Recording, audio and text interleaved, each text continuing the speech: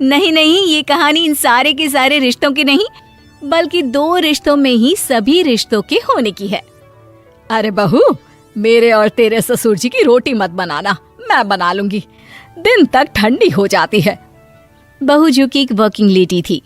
नहीं नहीं माँ जी, मैं अच्छे से कपड़े में लपेट देती हूँ ना, आप क्यों मेहनत करेंगी, माइक्रोवेव में गर्म कर लेना। अरे नहीं बहू, मेहनत मत कर, वैसे भी ऑफिस में कम मेहनत होती है क्या, जा रहने दे।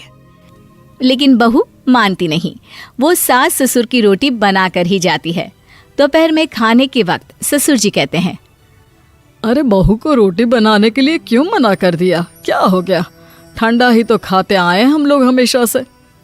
अरे वो क्या है ना, सुबह ऑफिस जाती है, घर का सारा काम करने में वक्त लग जाता है, अरे थकती है वो अलग, तो मैंने सोचा बहाने से ही थोड़ा कम काम करवाऊं। ससुर मुस्कुरा रहे होते हैं। ये तो अच्छा है, बहू को समझना जरूरी है। वक्त बीत रहा था, घर में सब खुश थे कि एक दिन, माँ जी आप शाम को थोड़ा टहलने निकला करें, घर पर रह रहकर हड्डियां जाम होती है, पापा को भी ले जाया करिए, मैं वक्त पर तो आ जाती हूँ। बहू ठीक 5 बजे ऑफिस से घर आ जाती है। फिर चाय नाश्ता बनाकर सास ससुर के साथ बैठती, उन लोगों को सारा दिन का हाल बताती। रात को पति घर आता है। क्या बात है बेटा, ऑफिस से आकर कभी हम लोगों के साथ भी बैठा कर।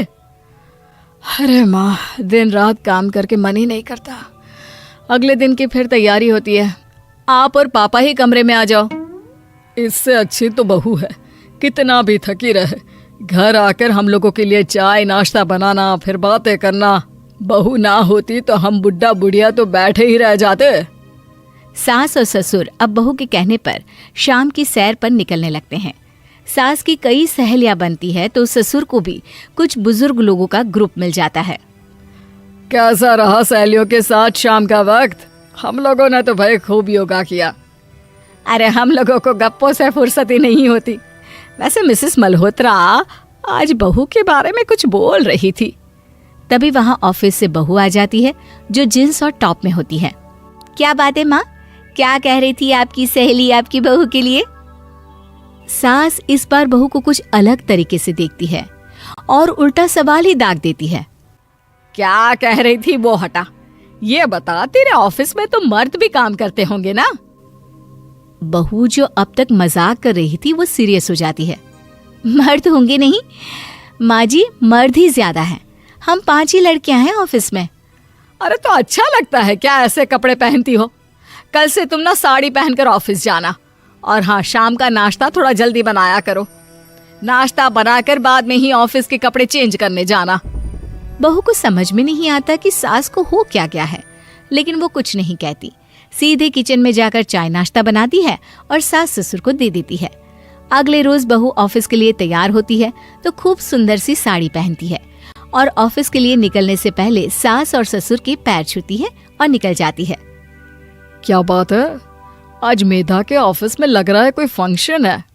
अच्छा, पता नहीं, मुझे तो बताया नहीं, वैसे तो सारी बात करती रहती है। अरे देखा नहीं कैसे साड़ी पहनकर जा रही थी? अरे वो तो मैंने ही बोला है उसे। अरे अच्छा लगता है क्या रोज रोज ऐसे सूट या जींस में जाना? बहू हो, बहू बनकर रहो, और आप भी ना मेधा मेधा मत किया करिए, बहू बोला करिए, सर पर चढ़ जाएगी तो दिक्कत हो जाएगी। सास अब बहू को बहू जैसा रखने लगती है, हर बात पर रोका टोकी, हर बात पर ताने। क्या बात है, आजकल लेट आ रही हो ऑफिस से? अरे चाय के लिए भी देर हो जाती है, हम लोग फिर पार्क में भी देर से पहुंचते हैं।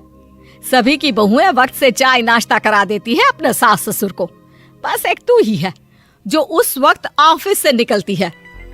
माँ जी, वो एक रास्ता पुलिस वालों ने न जाने क्यों बंद कर रखा है, जिसके कारण ट्रैफिक ज्यादा हो जाता है। मैं कोशिश करूंगी कल वक्त से पहले ही निकल जाऊं। ससुर देख रहे होते हैं कि बहू अब परेशान सी रहने लगी है। एक रोज, मेधा, बेटी मेधा। जी पिताजी। बेटा देख जरा कौन सी टी शर्ट अच्छी लग रही है। वो क्या है ना, शाम को सब बदल बदल कर टी शर्ट पहनते हैं, मैं भी सोच रहा हूँ कि आज कुछ अच्छा सा पहन कर जाऊं। हाँ पिताजी, ये सही है, ये लाल वाली ना बहुत जचेगी आप पर।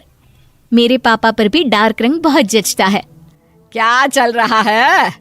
अरे ससुर के सामने घूंघट तो छोड़ो, ऊपर से रंग बताया जा रहा है टी शर्ट का। अरे बहू, कोई संस्कार दिए नहीं है क्या तेरी माँ ने? बहू इस बार बहुत निराश हो जाती है। वो वहां से तुरंत अपने कमरे में चली जाती है। अब बहू घर का सारा काम करती, ऑफिस जाती, लेकिन साड़ी और सर पर पल्ला लेकर। एक बार पड़ोसन उनके घर आती है। वाह सुमित्रा बहन, बहू का तो रूप ही बदल दिया। ठीक किया, बहू बहू जैसी ही अच्छी लगती है। अच्छा चलती हूँ मैं। पड़ोसन के जाने के बाद सास बड़ी अकड़ के साथ कहती है, देखा मेरा कमाल, कैसे मैंने मेधा बहू को कंट्रोल में कर लिया। अब बारी ससुर के बोलने की थी। हाँ सुमित्रा, बिल्कुल, ये काम तो किया है तुमने, लेकिन कभी सोचा क्या खो दिया? क्या खो दिया? मैंने तो कुछ नहीं खोया जी। खोया है, पहले बहू जब ऑफिस जाती तुम्हारे पैर छूकर तुम्हें गले लगाती, लेकिन अब सिर्फ पैर छूती है। हाँ जी, ये बात तो आप ठीक बोल रहे हैं। पहले घंटों हम लोगों से बात करती, कमरे में ना जाती, ऑफिस से आते ही खुद की चाय, खाना, नाश्ता सब हम लोगों के साथ करती, सारी बात बताती। लेकिन क्या तुम्हें पता है, बहू की तबीयत खराब चल रही है, वो माँ बनने वाली है। ये बात मुझे बेटे ने बताई कि तुम्हें बता दूं। अब सास की आंख में आंसू थे। वो समझ गई थी कि लोगों के कहने में आकर उसने क्या खो दिया। शाम को बहू घर आती है तो माँ किचन में पकोड़े तल रही होती है। अरे माँ जी, आप रहने दीजिए ना, मैं आ तो रही थी। अरे नहीं, जा तू चेंज कर ले, मैं नाश्ता और चाय टेबल पर ही लगा रही हूँ मेधा। सास के मुंह से अपना नाम सुनकर बहू को बहुत अच्छा लगता है।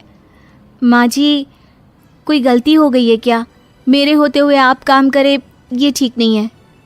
संस्कारी और समझदार बहू सास को माँ समझती है, लेकिन सास की बेवकूफी उसे सास ही बनाकर रखती है। बहू, मुझे भी थोड़े संस्कार और समझदार बनने का मौका दे, जिससे मैं भी बहू नहीं बेटी को देखूं तुझ में।